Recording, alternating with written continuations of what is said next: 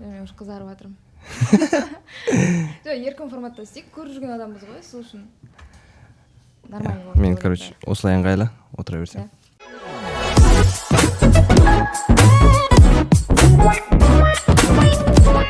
Менің есімім Нұржігіт, жасым 21-де. Түркістан облысы, Қазығұрт ауданы, Қазығұрт елді мекенінде қарапайым ауылды жерде дүниеге келгем. Алматыға келгеніме 3-ші жылдай болды. Видеомейкер болып жұмыс жасаймын. Бірақ өзімді режиссер ретінде позиционировать етем. Себебі өзіңді айтпасаң режиссер деп ешкім сені айтпайды. Сондай позициядамын. Және менің өзімнің шарықтайым деген балам бар. Ол менің наставничеством. Ол жерде мен осы видеомейкинг саласына қызығатын адамдарды үйретем, бағыт берем соларға. Вот солардың бірінші потогы менде өтті. Және оған күні кеше несін жасадық, выпускной жасадық. Бірінші потоктың студенттерімен қоштасу болды. Таулы жерде үлкен үй алып, коттедж алып, и соның барлығын қорытындыладық. Кайф, күшті. Ол прям жоспарланған болды, бір ай бойы оқыдыңдар, жоспарланған барлығында. Наставничествоның басында айтылды, не болатыны курста. Сенде еще 3 орын бердің сен. Оларға дипломдық жұмыс берген болатын. Дипломдық жұмысты жасап, және оларға шабыт беру үшін, кішкене мотивация беру үшін орындарға бөлдік және сыйлықтар алдық. Сол сыйлықтар оларға бір кішкене болсын алға жылжуға себепкер болды. Да, көрдім, официальный сертификатпен, сертификатпен. Күшті, мен де жұмыстарында көрдім, кино қылып саған. Мен бір студентім бар Ақтаудан. Сол маған кеше түнде видеосын жібереді.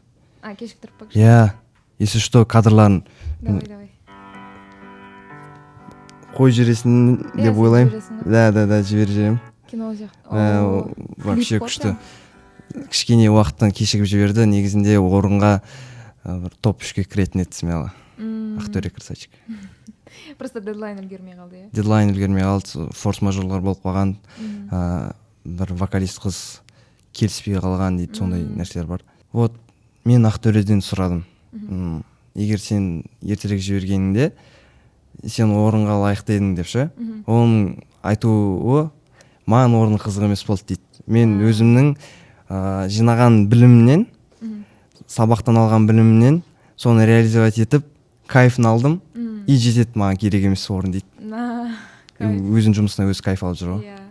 Күшті. Вообще, сол курс жайында мен көрдім ғой, қалай дайындалып жаттың, ұзақ уақыт прогрев болды, сен өзің үйрендің, да? Оған дейін дайындық уақытында үйрендің, қалай істеу керек, командан болды. Соның бәрі сен үшін бірінші рет.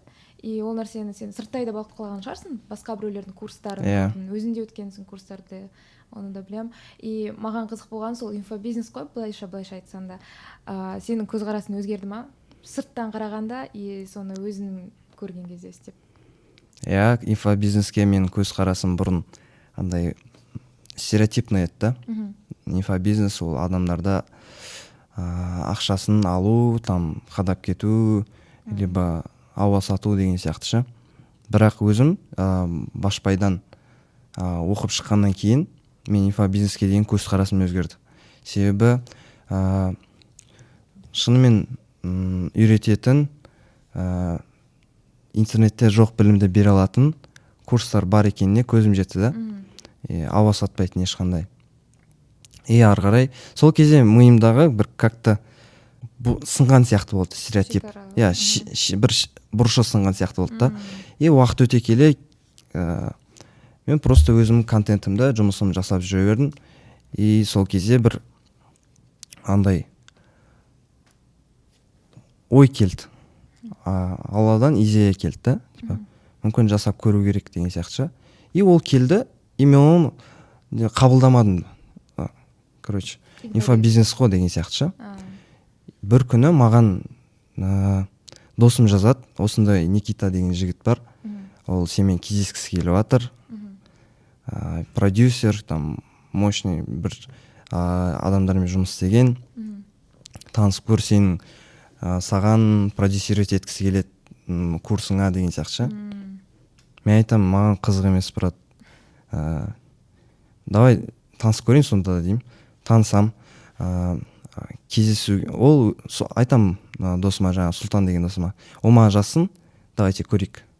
И ол маған жазады, я из России деп жазып жатыр. И все, мен миымда тік Россиядан, мен короче қазақша сөйлеймін оған. Тек қана қазақша. Түсініп алсын дейші. Я, түсініп алсын, короче. И қазақша жазам, тек қана мен орысша түсінбеймін деймін. Ол переводчикпен маған қазақша жазып отыр. Маған подходы ұнады, короче. И кездесуге шақырды. Все, хорошо, кездесуге. Ол айтты, мен переводчик алып келем онда дейді. И барам, переводчик алып келген шынымен. Ол бірақ Алматыда сонда? Алматыда, я. И маған деген дайындығы ұнады да. И несін X-Mind көрсетеді. И анда барлығы, короче, жазылып тұр. Не болатын, қай кезден кейін не болады. Я разбор жасап тастаған, анализ жасап тастаған маған. Сөйтіп бәрі дайын тұр да. И ойландым, Құдайдан келген ғой деп ше. Бекерден бекер келмейді да. Барлығы дайын болып, себебі адамдар өздері ниеттеніп курс жасайым, продюсер іздеп жасайды да адамдар. Но бірақ ондай мықты продюсер таба алмайды да. И маған сондай продюсер жіберіп тұр да. Мықты етіп ше. И маған деген подходы бәрін дайындап келген. Мен сөйтіп ойланам, 2 айға жоқ болып кетем. Ойланып, сосын 2 айдан кейін өзіне жазам. Давай көрейік. Сен 2 ай басқа проекттермен жұмыс істедің просто? Өзімнің жұмыстарымен ойланып, жасайын ба, мүмкін жасамайын ба деген сияқты. 2 айдан кейін шешім қабылдадым, жасайын деген. Сөйтіп кездестікті, сонымен басталып кетті бәрі. Ол уже на старте отырды ғой, да? Да. Никита саған мощный реклама кетті, брат. Күшті команда жиналып, тем более переводчикпен. Ең маңызды сондай подход сияқты, подход. Подход, өзінің ісіне деген жауапкершілік, сүйіспеншілік деп айтатын едім. Күшті. Өзіңді сөйтіп мұғалімнің орнында көрінді? Мұғалімнің орнында көрдім, мұғалімдердің қаншалықты жұмысы ауыр екенін түсіндім. Түсіне білу? Бір жағы оның да кайфы бар екен. Сен үшін вообще бірінші рет қой сен оған дейін андай үйретіп жүріп пе едің, консультация немесе кішігірім? Кішігірім жасап жүргем. Бірақ бүйтіп официально үлкен етіп жасамағам. И сенде еще видео уроктар болды? Видео уроктар, я. Сол түсіру кезінде қалай болды дайындық? Сен андай синдром самозванца деген нәрсе бар ғой еще? Сондай болды ма? Болды. Түсіру кезінде бізде видео уроктар тек қана монтаж сәтінде ғана болды да. Ал қалған нәрселердің барлығын мен офлайн кездесуде және онлайн кездесуде зуммен түсіндіріп беретінмін. Себебі адам өзі тікелей кері байланыс алып отпаса түсінбейтін сәттер бар да. Там просто өтірік сияқты болып қалады видео уроктар көрсең. Тек қана видео урок, монтаж, туториалдар болады, сондай ғана болды. Доступный сияқты болады, отношение басқа болады. В моменте сұрақ қойып сондай болды. Адамдар өз сол сәттегі, может, сезім басқа болады, там ойлар беріп атасың, сол кезде саған сұрақ келеді, и беріп тастауың керек ол сұрақты. И сол беріп тастағанда мен жауап беріп тастауым керек. И сол кезде андай тез түсінікті болады адамдарға. Сондықтан сол кездесулерде тақырыптарды аштық. Күшті.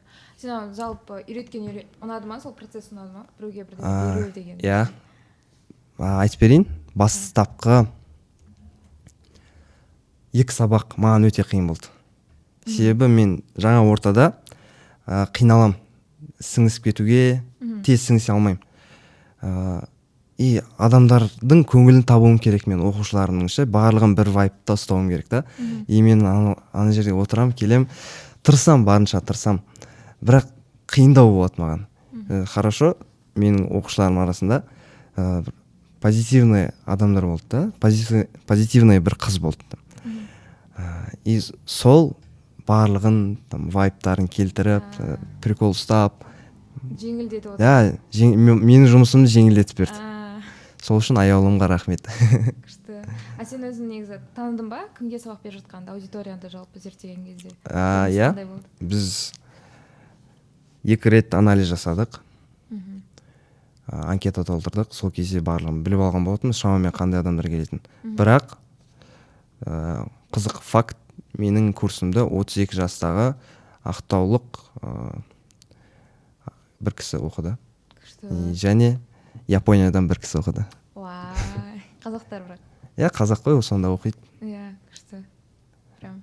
И олар да дипломдық жұмыстарын жіберді, Жоқ, олар жібермеді. Жібермеді ме? То есть ол бөлек бола ма? Или сенде просто спрос жоқ, кім жібереді, соны қабылдайсың? Мен қинағым келмеді. 2 апта уақыт бердім. Давайте сіздерге осындай тақырып. 2 апта уақыт деген сияқты. И жіберген адамдар жіберді. Өз әрдайым солай ғой. Нәтижені барлығы шығармайды, өз шустрить еткенде шығарады ғой. Андай артық қызығушылық көрсеткендер болды ма арасында? Инициатива, бір қызық оқиғалар бар ма? Болады ғой, бересің информацияны, бірақ олар дәл солай қабылдай алады, бірақ одан да артық алуға тырысатындар, мысалы. Мені сығып алыңдар деп айттым басында оларға. И сығып алған адамдар болды. Мысалға Нұрбақ деген жігіт болды. Официант болып жұмыс істейді. Түнгі 12-ге дейін. 12-ден кейін босайды. Одан нот жоқ, камера жоқ. Сен кеше айттың, да? Бірақ ол ниет бар ода, желание бар да. И оған қызық емес, қанша уақыт қалай болып жатыр. Барады, мен үйіме келеді, мен нотымен монтаж жасайды таңға дейін. Сұрақтар болса сұрап алады менен ше, на месте. И видеосын жасап тастайды. Мүлдем хабары жоқ болып келген. Тек қана телефонмен түсіріп келген, камерамен білмейді. Бірінші видеосын жасайды. Косяктары бар, но бірақ соның өзінде стилі пайда болып қалды да. Почерк бар уже. Температураларын әртүрлі қылып тастайды, камерасының. Мысалы, кей кезде слоумоу жасайтын кезде слоумоуға келмейтін форматта түсіріп тастайды. Бірақ сол еңбектің арқасында мен берген білімді алып, өзі практика жасап, күшті нәтиже көрсетіп жатыр. Тезірек қозғалып кетті, да? Күшті. И мүмкіндіктерді көре алды. Дұрыс. Сенде сабақтарында тек қана практикалық нелер болды ма? Осылай істесең техникалық. Или же все-таки философияға да бардың ба? Мысалы, оларға көп нәрсені өздеріне өткізу керек қой. Тот же синдром самозванца, өзін сату, көрсете алу, сұрау деген сияқты. Мүмкіндіктер табу, коммуникация деген сияқты. Барлығы мен басында айтқан болатын 80% практика, 20% теория деп. Но іске келген кезде соған жақындадым деп ойлаймын, 80% практикаға. Қандай нәрсе болсын, мысалы онлайндықтарға сабақ өтіп атам, свет жайында болатын болса, мен қасыма свет әкеліп аламын. Зуммен көрсетіп атам.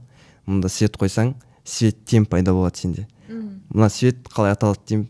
Артымнан беріп тұру, контровой дейді, рисующий дейді, солай. И барлығын практика жүзінде жасауға тырыстым. Және біз офлайндықтармен съемка жасасақ, онлайндықтарға сол материалдарды беріп, монтажға беретінбіз. И офлайндықтармен бірге съемка жасайтынбыз. И қазір оларға кез келгеніне сұрасаң, уже свет қою схемасы, камерамен жұмыс істеген нәрселерді, теория жағын барлығын шағып алады. Кайф. Сонда бір айда олар полный нөлден бәрін түсіне алды ғой, бәрін алды. Кейбіреуі нөлден, кейбіреуі уже бастаған, Негізі нөлден болғанда барлығында сол қызығушылық болып тұрады ғой басында. Сол білімге деген ішіндегі бір пробелдар тұрады да, соны толтыру үшін келеді ғой. Бірден нөлден келмейді ешкім. Примерно мақсаттары қандай? Сенің көзің ойынша? Негізі маған ұқсайтын адамдар көп келді, не екенін білмеймін. Өзімнің вайбымдағы ниеттері ше.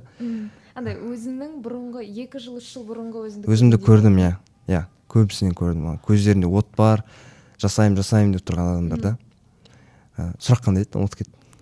Мақсаттарың түсіндің ба? Сен олардың мақсаттары қандай болды? Мысалы, сенің мақсатың кезінде енді бәрінде әртүрлі ғой. Біреуде мүмкін қаражат жағынан көбірек табу, көбірек проекттер табу, біреуде ол творчество, чисто өзін творчестволық табу деген сияқты. Оларда қандай болды көбісінде? Сұрап шықтым. Сол кезде мақсаттары біріншісі ол білім алу, сапалы білім алу болды. Екіншісі орта табу болды. Үшіншісі сол ақша жағына келеді ғой барлығында. Ақшамен баланс болмаса бизнес емес деген сияқты. Кайф. Енді олар ары қарай тағы да оқуға дайын шығар да? Меніңше сондай. Иә, мен оларға бағыт бере алдым деп ойлаймын. Қай жағынан? Адам әрқашан білмеймін деген позицияда болу керек деген. Олар енді кез келген адамның ойын тыңдауға дайын деп ойлаймын. Қате жасаса бір жерден ше, егер де оларға бір пікір келіп жатса, соларды дұрыс жағынан қабылдайды деп ойлаймын. Енді оны қабылдаған кейін адам не үшін деп сұрақ қояды ғой. Не үшін деген кейін білім қабылдайтын есік ашылады. Соған дайын деп ойлаймын. Күшті. Жаңа айтып отырсың, өзіңді бұрынғы кезін есіне түсті деп. Сол кездегі сенің позицияң қандай болды? Не күттің сен өзіңнен 1-2 жылдан кейін, может быть? Мен 2 жыл алдын, ровно 2 жыл алдын универден шықтым. Сол кезде мен позициям мынандай болды. Мен ол кезде бірінші курсты бітірдім. Бірінші курсты бітіріп, общий универді бітіруге 2 жыл қалған болатын. И сол 2 жылымда мен өзімді ол кезде дұрыс болды, дұрыс емес, білмеймін, бірақ түпкі мағынасы дұрыс болды. 2 жылда группаластарым универ бітіреді, ал мен 2 жылда ақшаға қызықпаймын. Как универде оқып жүрген сияқты, мына жақта білімін жинаймын дедім да. Өзіңді іздейсің? Иә. Өзімді тапқам ол кезде осы салада. Осы саланы дамыту болды менде ниет. Тек қана практика, ақшаға емес фокус деген сияқты. Позициям сондай болды. И сондықтан ашық болдым да барлық проекттерге, ұсыныстарға. Ниетім солай болды, шыны керек. Бірақ пенде болғаннан кейін бәрінде болады. Ақша келген кезде, ақшамен коннект болған кезде сенде кішкене болсын ниеттерің өзгереді. Сен оны бірақ әрдайым баланста ұстап тұруың керексің да. Бәрімізде түпкі ниет жаңағыдай білім алу болып келді да, бірақ білім алу жолында өзінен өзі ақша пайда болды, короче. Менде ниет білім алу болды, бірақ бір уақытта қарасам табыс артып жатыр да ше. И одан кейін уже сен мүмкін келесі ай мынанша тауып көремін деген сияқты ойлар келеді саған. Ойлар келеді. И соның қуалау барысында сен кішкене өзіңді ұмытып қалатын сәттер болады да. Түпкі мақсатың ше. Сөйтіп есіңе түсіріп отыруың керексің әрдайым мақсатыңды, өзіңнің ниетіңді.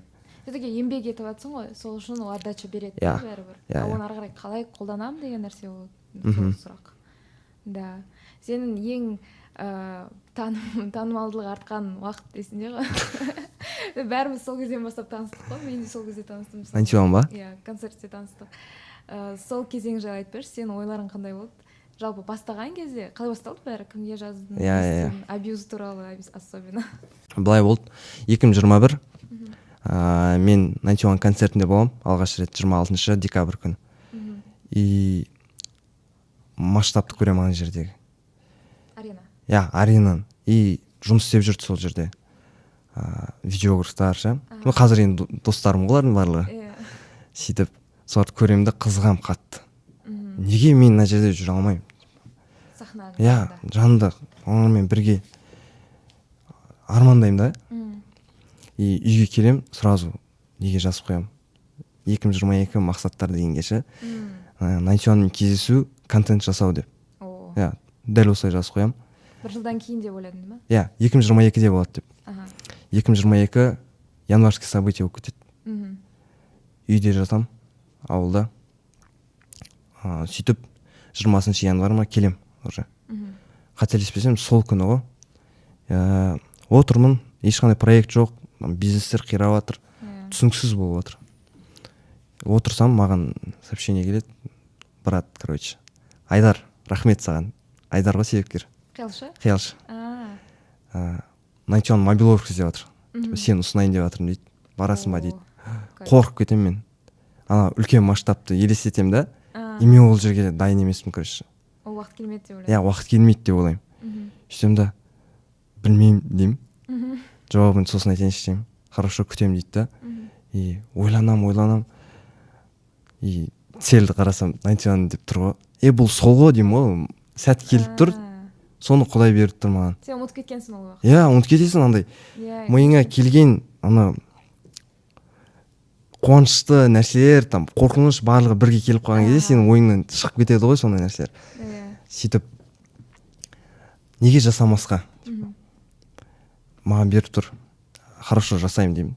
Кездесу болады, кездесіп балдармен ертесіне. Сразу барлығын не істеп аламыз, келісіп аламыз, қалай болатын мақсаттары олардың. Менің ойымды сұрайды. Барлығы қарапайым түрде, қатты бүйтіп қағазбен емес, сөзбе сөз жасалынды. И қатты қуандым. Ары қарай солай болып кетті, басталып кетті барлығы. Сосын бір уақытта 2-3 айдан кейін, қателеспесем, даже 3-4 айдан кейін 91 Ақтауда концерті болатын болды, Рексиста. Олар сол жаққа кетті 3 күнге. Маған айтты, 3 күн уақыт бар, идея тауып, Абьюзға лирик видеоға идея тауып қойсаң дейді. Біз саған соны сенеміз, тапсырамыз, өзің инициативаны ал да жасап тастайды дейді, короче. И біз ашықпыз сенің неңе. Идеяларыңа ашықпыз. Сосын жақсы деймін да, 3 күн өтеді, менде идея жоқ. Сосын таң намазын оқып, Құдайдан сұраймын. Идея берші. Уақыт келді деп. Сөйтіп балконға шығам. Негізінде балконға шықпайтын адам ғой. Ана сенің квартираң еді ғой. Балконға шықсам, бір машина тұр. Сөйтіп жолды қарасам, жол жаңбырдан кейін андай қап-қара и линиялар аппақ болып тұр. И заметно болып тұр да, күшті болып. И қараймын, неге мына жерде лирик видео жасамасқа, короче, машина тұрады, мына жерде балдар тұрады, текст тұрады деп. Сөйтемді сразу раскадровка жасаймын. Таңғы 6:30 ба, балдарға жіберіп жүремін. Олар все, кайф. И қуанып кетемін мен. Типа идеям өтті деп ше. Онда саған Айханды көмекші ретінде береміз. Осылай жасап тастаңдар дейді.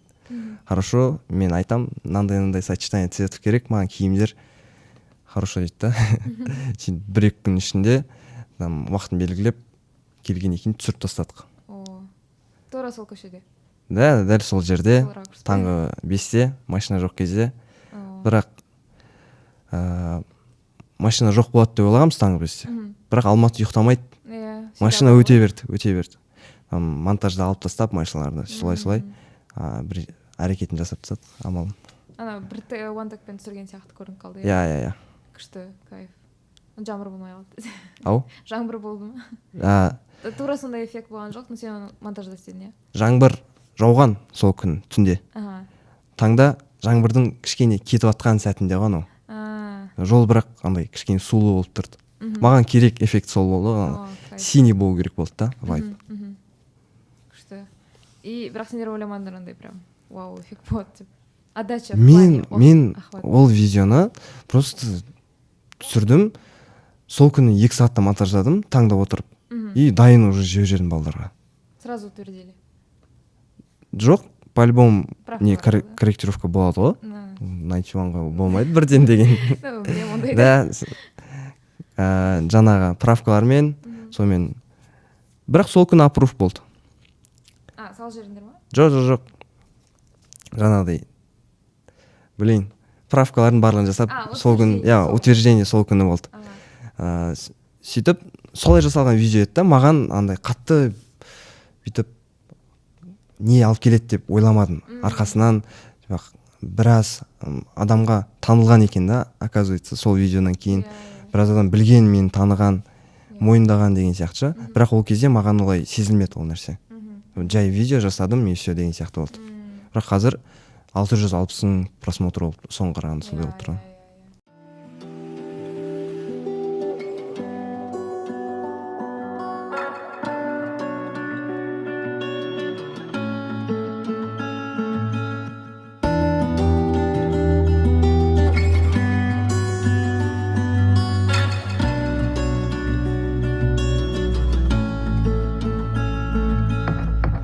Сақыз шариаладан қалай шерегімді жан қылмай тілінген өткір тілден әрбір ойланбаған.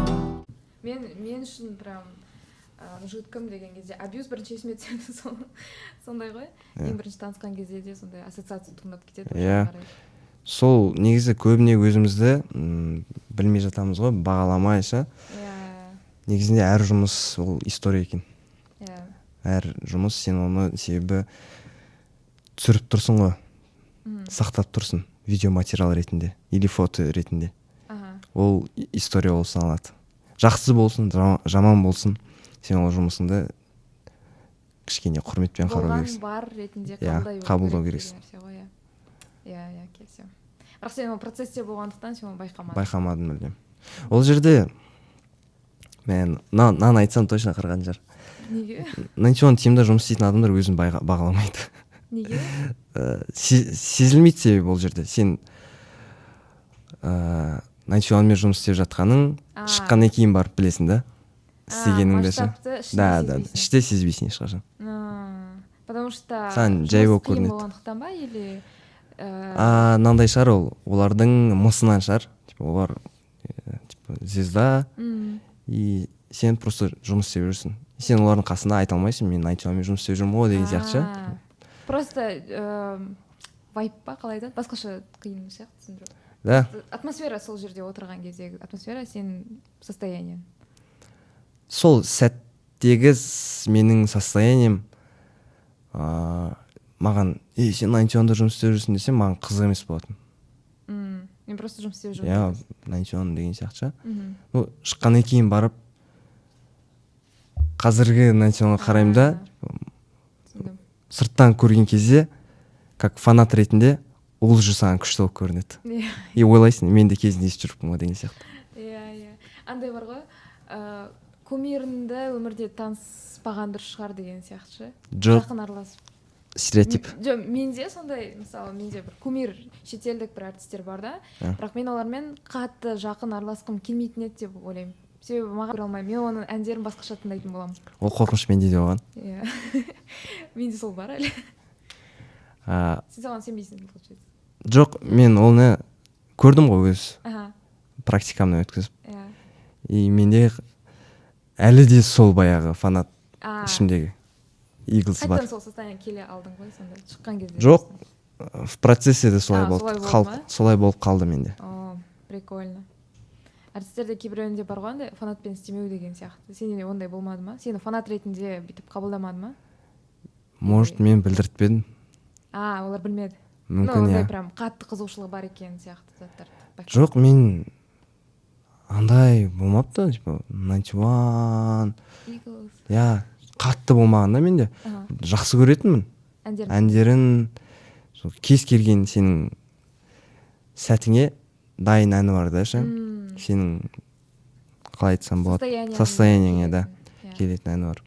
И әрдайым Нанчон тыңдап жүргеннен кейін олардың білмеймін, үлкен бүйтіп болмапты, короче. Нанчон сен өліп қаламын дейтін ше. Сен түсініп атты, масштабты, в целом сондай состояние болды да.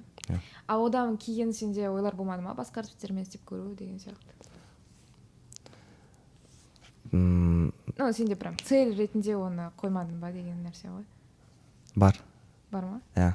Бірақ қазір ол нәрсем кетіп қалды. Қызығушылық? Қызығушылық кетіп қалды. Бұрынғыдай емес. Неге? Мен ары қарай өзімді көргім келеді.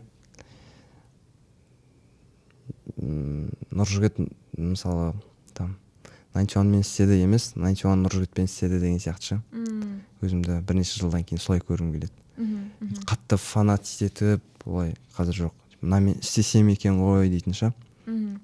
Бәрібір андай бір позиция болады ғой видеорта да, режиссерларда болса да, жаңағыдай чисто артистермен істейді клип, кино деген сияқты сала, немесе өзінің творческий басқа коммерческий. Мен сол қай бағыт деп жатсың ба сенде? Иә. То есть артистерге қарай қызығушылық жоқ та сенде? Артистерге қарай қызығушылық жоқ. Өзіме бір нені қойып қойғым келмейді да, деңгейді ше. Себебі ол деңгейге жеткеннен кейін маған қызық емес болып қала ма деп қорқамын да. Тым жақын сияқты болып көріне ма? Иә, оның себебі адам ойына қолынан келмейтін нәрсе келмейді да. Ол түбінде болады ол нәрсе. Соны жасағаннан кейін мендегі бүкіл энергия сол жерде қалып қалатын сияқты көрінеді. Сондықтан мен қойғым келмейді. Жұмыс, и все, мен жұмысым жасалатын деген сияқты қазір позиция. Соны выгорание алып келеді ғой, бір шарықтау шегін қойып қоясың, жеткеннен кейін выгорать етіп кетесің. Өйткені ары қарай не екенін түсінбейсің деген сияқты. Да. Но ондай состояние сенде болған шығар бәрібір. Иә, болды. Выгораниялар.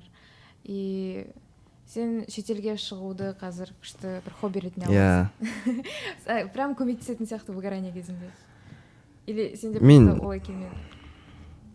Мен выгорать етпегеніме 1 жыл болды. Нақты ма? Иә. Не себепті? Үлкен выгорание әлі болмады менде. Курстан кейін де болмады? Курстан кейін де болмады. Білмеймін, бір шүкір деймін. Бір толқынды ұстап алдым ба, ешқандай выгорание болмайды қазір. Оның негізі себептерін білем. Не себепті олай болып жатқанын. Баланс деп ойлаймын.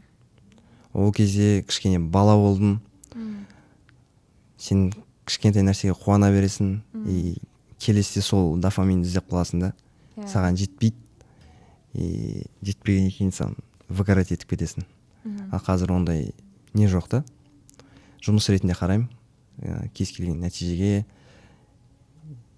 И сол эмоциональное состояние көбінесе бір деңгейде болғандықтан, және ақша жағынан коннект Алламен, жұмысыммен және ата-анаммен бір қалыпқа келтірудемін әлде. Күшті болып кетті деп айта алмаймын. Сондықтан менде выгорание қазір болмайды. Болмады, болмай қойсын. Дұрыс, болмасын, иә. Но балансты все время ұстаймыз ғой біз. Кейде ұмытып кетеміз, сосын қайттан есіне түсіріп, бір нәрселерді қайттан қосып деген сияқты.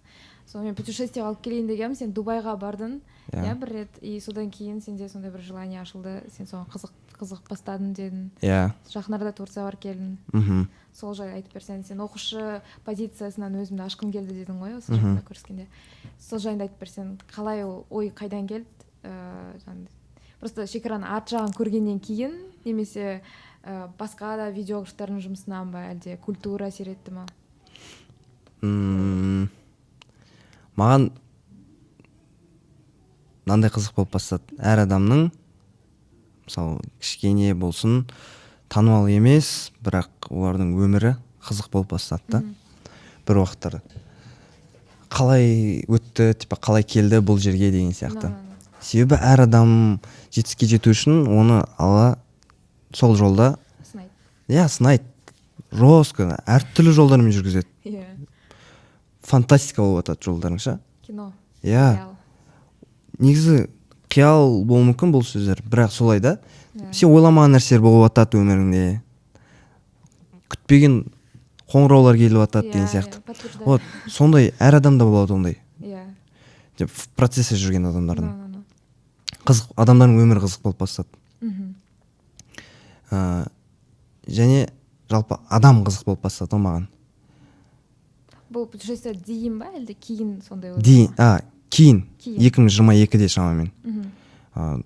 Дубайға барып келдім. Содан кейін уже маған сондай осознаниелер келіп бастады. Адамдарды тану деген сияқты, басқа ұлттар қалай деген сияқты. Солардың өмірі. Сосын Дубайда негізі қатты өмір жоқ деп айтыламын да ше.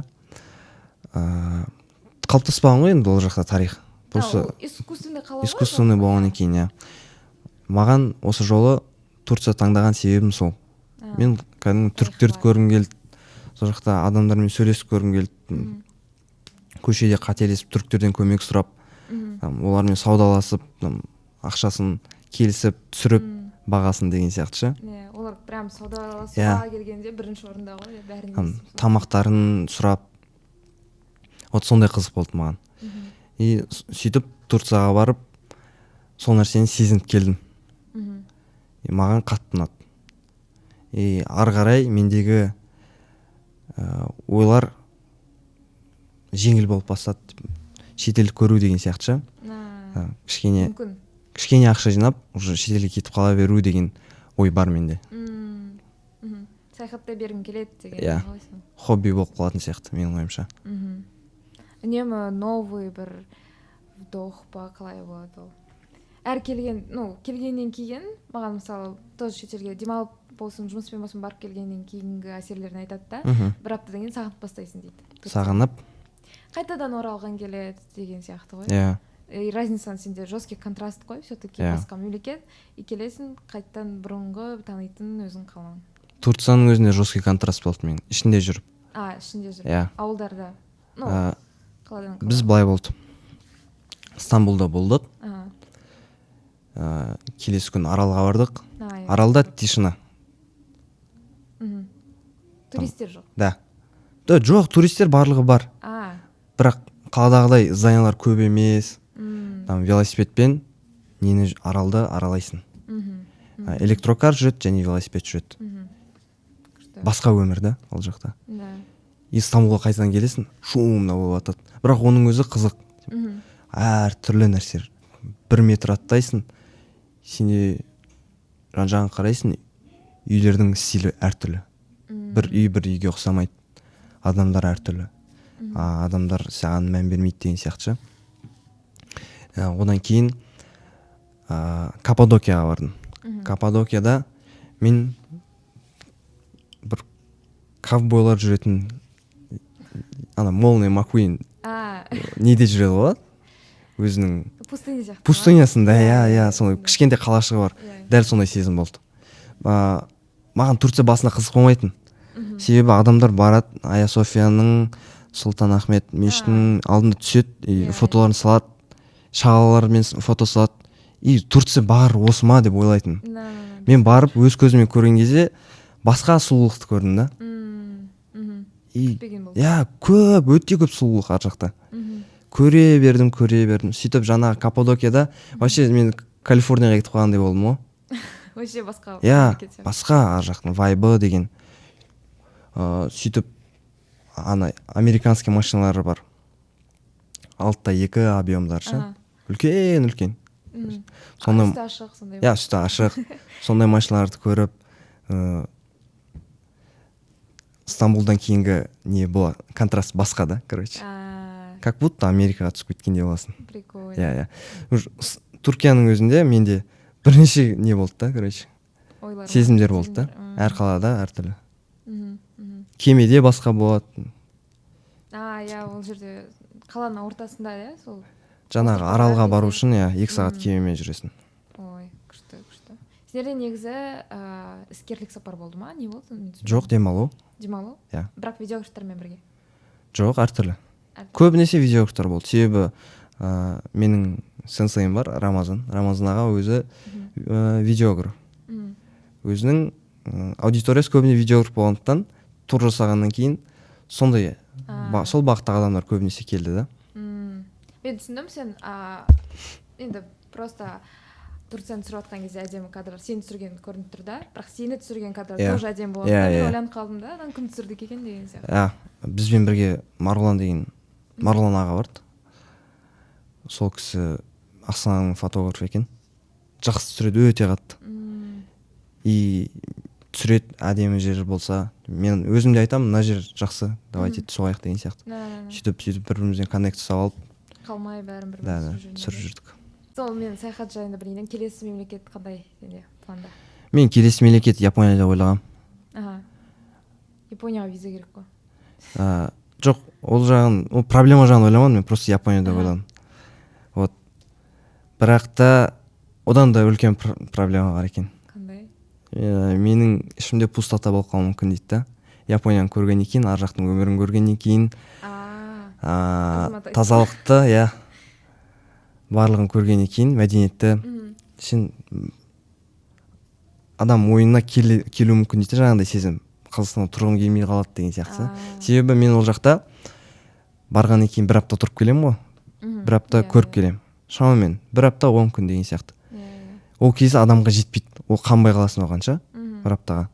И сенде андай сезім қалып қалуы мүмкін да, мә неге Япония күшті деген сияқты ша. Сол 10 күн қалай өтті, сен солай бүкіл уақыт өтеді деп ойлайсың? Иә, мен ол жақта себебі бір жыл тұрып келсем, мүмкін ойым уже Қазақстан лучше дегенге келеді да. Ал 10 күннің ішінде менің ойым өзгеріп қалып, миымдағы какой-то бір жерлер өзгеріп, мен уже қызық емес болып қалуым мүмкін деген, выгорать етіп кетуім мүмкін, сондай ойлар келуі мүмкін деді. Енді келесі менде баратын ел Грузия шығар. Грузия? Иә. Таулы қала. Тбилиси, бәрі. Осы октябрьде, кажется, бүкіл Алматы сол жерде болатын сияқты. Концертте. Бруно Марс. Иә. Бірақ концертке емес мен. Қаланы көруге. Иә, қаланы көруге сол. Тұрғылықты адамдар, жергілікті адам ба? Андай жоқ па? Басқа мемлекетке бару, қазір басқа қалаға бару мен сен болып кетті негізінше. Алматылық даже жақсы бір бизнесмен, блогер дегендердің өзі Дубайға көшіп жатыр деген сияқты. То есть Дубай қазір, мен мысалы бір конференцияда болдым, и сол жерде мен мысалы Астанадан келдім деген сияқты өздері таныстырады да, и сол кезде всегда екі қаланы атайды. Алдын айттың. Иә, сол нәрсе мені қатты таңғалдырады да, и бір вау эффект уже жоқ та даже. Иә. Барғың келеді, бірақ сонда да прям одан үлкен бір инфоповод па білмеймін, үлкен нәрсе күтпеймін да мен мысалы. Взгляд өзгерген сияқты сол нәрсеге. Иә. Бәріне дос. Статистикамен қарайтын болсақ, шын өтірігін білмеймін, 2022-де 8 миллион қазақстандық шетелде қыдырған да. Вот. И адамдар ой өзгереді ғой, шетелге деген. Бұрын мысалы мен үшін мүмкін емес болып көрінетін еді. Қазір жай нәрсе болып көрінеді. Сол сияқты адамдардың да ой өзгеріп жатыр деп ойлаймын. Таңғалмайды да уже. Шетелге барып келген. Бұрын блогерлер шетелде жүрсе барлығы қызығатын еді ғой, қазір бәрі бара алады. Да. Күшті. Үйдегілер туралы айтып кетші. Мысалы сен жиі барып тұрасың жалпы Шымкентте ғой, иә, сен үйдегілер. Бастапқы кезде сен Алматыға көшуің жайында олардың қандай қолдауы болды ма, әлде түсініспеушілік көбірек болды ма деген сияқты? Так. Сұрақ. Сен бір рет сторисқа көрсеттің. Қолдауы или? Жалпы олардың осы нәрсеге деген отношениесі қандай болды? Ойлары қандай болды? Сені оңай жібере салды ма деген сияқты? Жоқ, конечно. Қиын болды. Как всегда. Иә. Сен ол кезде қаншадасың?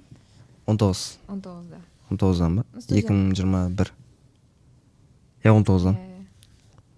Студентсің. Қалаға жібереді. Иә, студент. Сосын просто маған қызық болып тұрғаны, сенің коммуникацияң өте жақсы да, мен сырттай байқап қаласың ғой, сөйлескен кезде де. Көбісі түсініспеушіліктен көшіп кетеді, немесе қолдауы болмағаннан кейін көшіп кетеді деген сияқты заттар болады да. Мысалы, сенің случайында қалай болды ол? Менің случайымда мен өзімнің ауылымнан өзім таппадым. Ол жерде қалсам, адам бір күн өледі ғой. Мына жерде бір-екі күнде өзіңді көрсетіп, танытып, сол жерде жұмысын жасап тастауға болатын жерді. Патологын бір-екі күнде қойып тастауға болатын.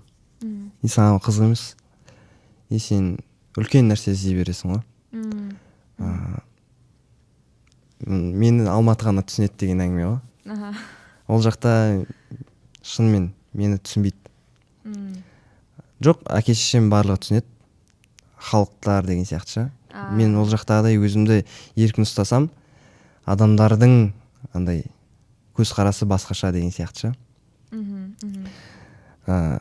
Бәрібір сырттан сондай барлығын да бүйтіп тұрған кезде сен дискомфорт сезінесің да. Қанша жерден өзіңді еркін ұстап, еркін адам дегеннің өзінде. Окружение ғой. Иә, сен мысалы саған да сондай адамдар керек қой. Вайбы бір, бірге жүруің керексің. Иә, олсыз сен өшіп қаласың, иә, бір күн. Сондықтан мен Алматыға келіп солай өзімді таптым деуге болады. Алматыдағы окружение туралы айтып берші. Сенің достарына деген отношение басқаша да, жаңа епекле бар, үнемі көрсететін, мен байқайтын арасында.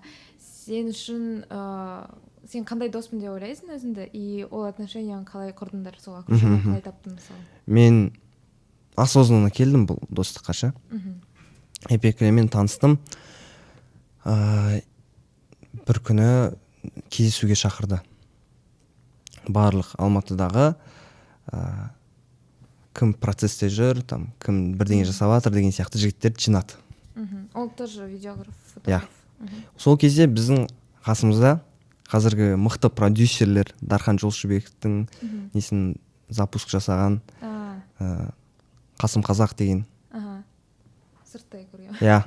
Вот Рамазан Маунтим Швецияға туризм жасайтын. Қазір жарып атқан жігіттер сол жерде жиналды, короче. И сол кезде Епеклемен таныстым. Бір коннект жасап алдық. Адам көргеннен кейін примерно түсініп аласың ғой, адамды танып деген сияқты, кішкене болсын. И сосын тағы бір рет кездесу болды, случайно. Сол кезде мен оның адамға деген отношениесі ұнады. Танымайтын адам негізінде. Бірақ оның маған деген несі ұнатты, құрметі.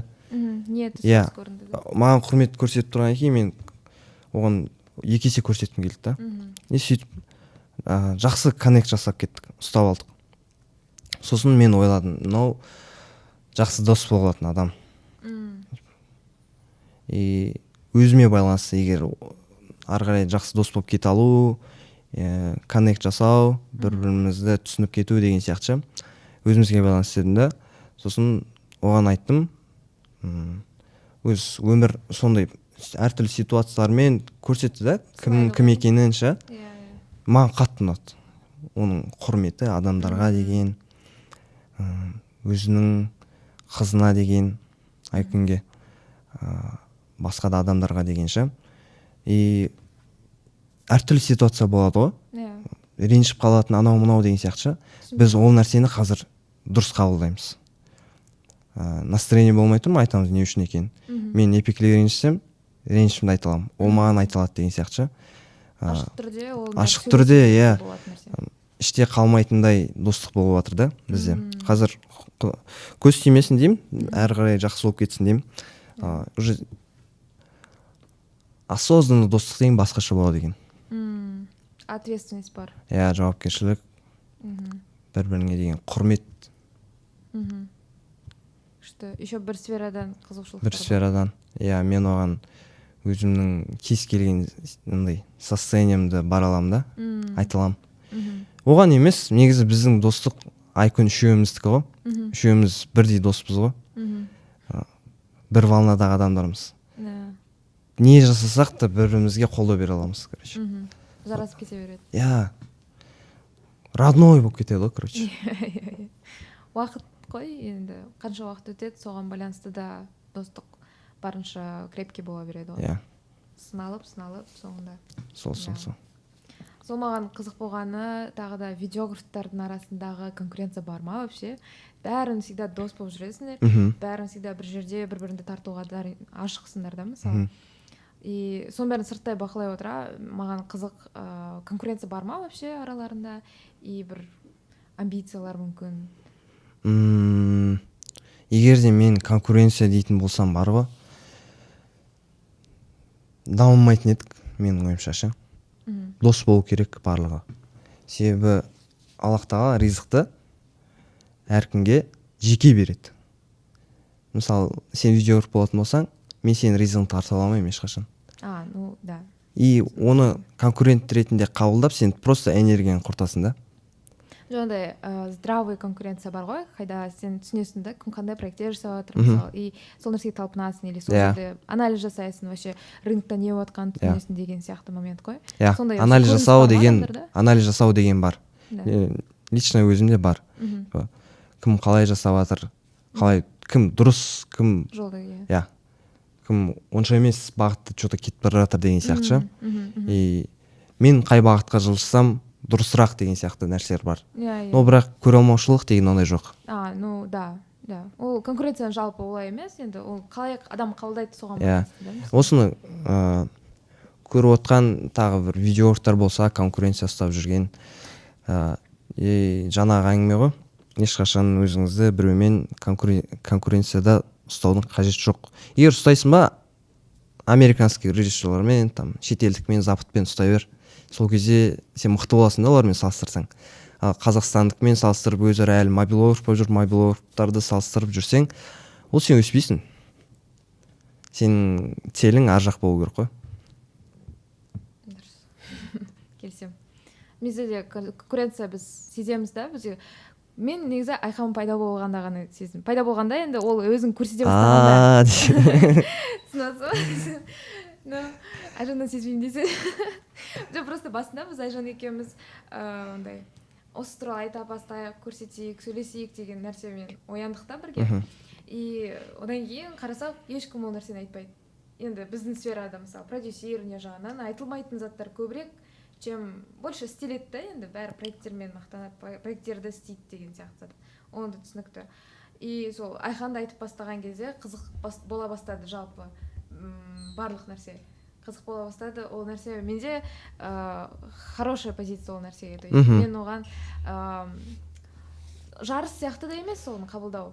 Просто уже жұмысын намного қызығырақ жалғыз істегеннен қарағанда, жанында тағы біреулер бірдеңе істеп жатқанды бақылаған барынша қызығырақ. Да, анализ жасаған. Иә, анализ жасаған, бір түсініктер келіп, сені де бір бұрыннан істемеген әрекеттерге алып келеді деген сияқты. Сондай заттарға. Меніңше ол прям, наоборот, бізді өсіретін нәрсе сол сен айтқан. Иә. Өсіреді сол себепті ғана. Вот, ауға дейін біз кішкентай жай басар, қалай сондай болдық, расслабленный, өздеріміз ешкім тиіспейді. Қазір менің ойымша сендер ғана осы салада. Сол үшеумізді білемін десеңші. Жоқ, қалжыңдаймын. Жоқ, көп қой, просто олар өздері жайлы айтпайды. Айтпайды, иә. Сол айтып жүрген сендер ғана деп ойлаймын да. Ол нәрсе дұрыс.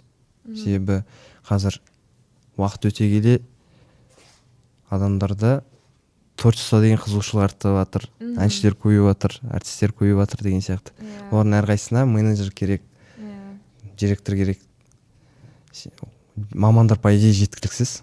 Жеткіліксіз, иә. Еще ол дейтін жаңалықтар ашылу керек қой бізде.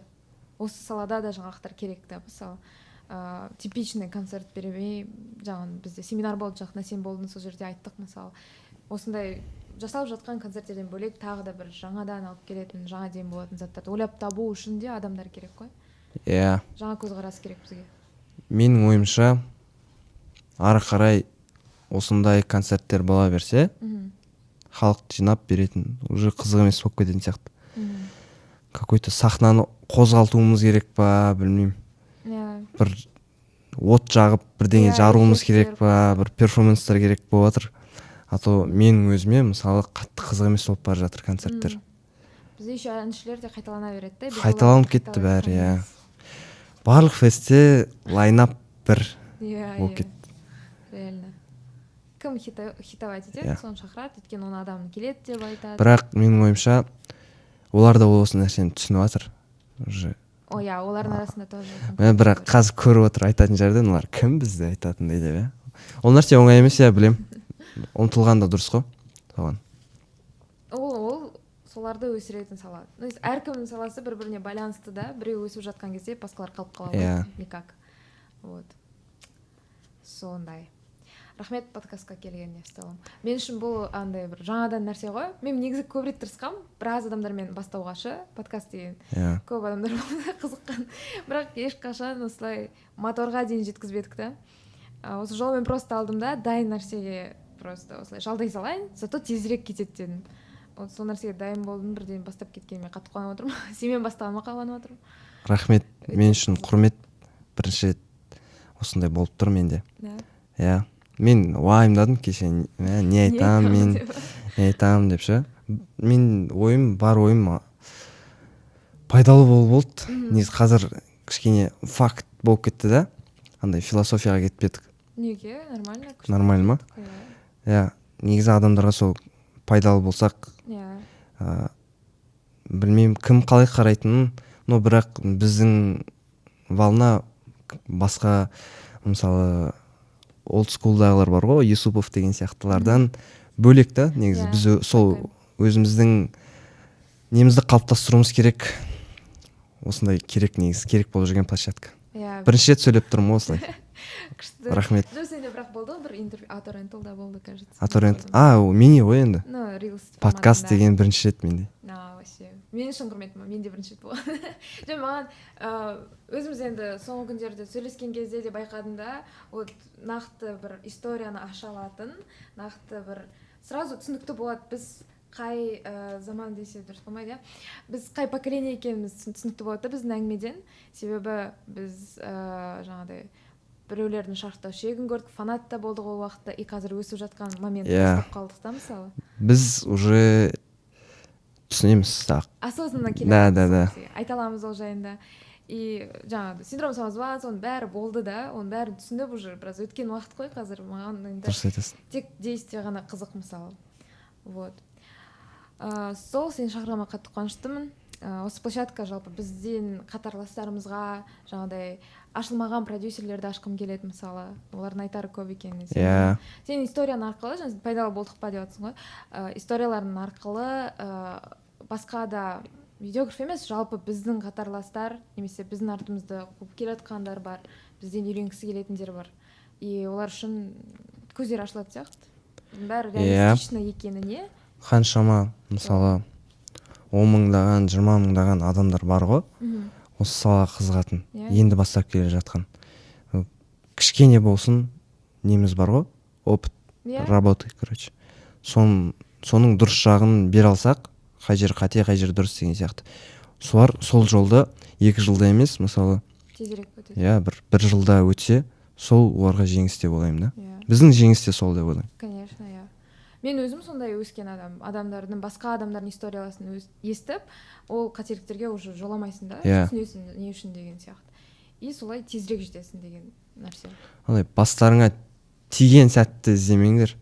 Лучше қазірден біреудің ошибкасынан сабақ алып үйрену керек. Сол, осымен аяқтайық онда. Подкасттың аты қандай? Аты жоқ. Аты жоқ подкаст. Аты жоқ подкаст. Мүмкін просто подкаст болады. И все. Рахмет. Может, Гүлназбен просто. Саған рахмет келгеніне. Все, барлығыңызға рахмет. Да, стоп. Спасибо. Дым су ішпедік қой сонда. Шынымен, 2 литр су.